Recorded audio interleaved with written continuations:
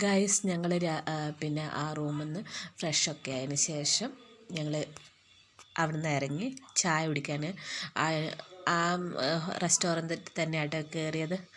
അവിടെ ചപ്പാത്തി, വെള്ളയപ്പം, കടലക്കറി, മുട്ടക്കറി ഒക്കെ ഉണ്ടായിരുന്നു. അതൊക്കെ കഴിച്ചതിന് ശേഷം നേരെ പോന്ന് മൂന്നാറിലേക്കാണ്.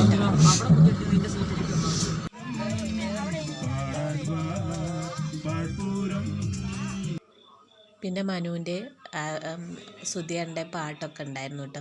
കഴിഞ്ഞതിന് ശേഷം ഞങ്ങൾ പിന്നെ ഇറങ്ങുന്നത് വ്യൂ പോയിൻറ്റിലല്ല, ഇത് ഡാമാട്ടോ. ഡാമിൻ്റെ പേര് എനിക്കറിയില്ല, മൂന്നാർ ഡാം തന്നെയാണെന്ന് തോന്നുന്നു. അവിടെ ഞങ്ങൾ പാനിപ്പൂരി, സ്വീറ്റ് കോണൊക്കെ കഴിച്ച് പിന്നെ അവിടെ കുറച്ച് ആക്ടിവിറ്റീസ് ഉണ്ടായിരുന്നു, ഗെയിം, അതൊക്കെ കളിച്ച് പിന്നെ ഞങ്ങൾ ഫുഡ് കഴിക്കാനായി. ഫുഡ് കഴിച്ചാൽ അത്ര നല്ല ഫുഡൊന്നും അല്ല കേട്ടോ. റോഡ് സൈഡിലൊരു വാനിൽ കൊണ്ടുപോയിട്ട് വിൽക്കുന്നതാണ് ബിരിയാണി കേട്ടോ കഴിച്ചത്. പിന്നെ ഞങ്ങൾ നേരെ പോകുന്നത് വ്യൂ പോയിൻറ്റിലേക്കാണ്.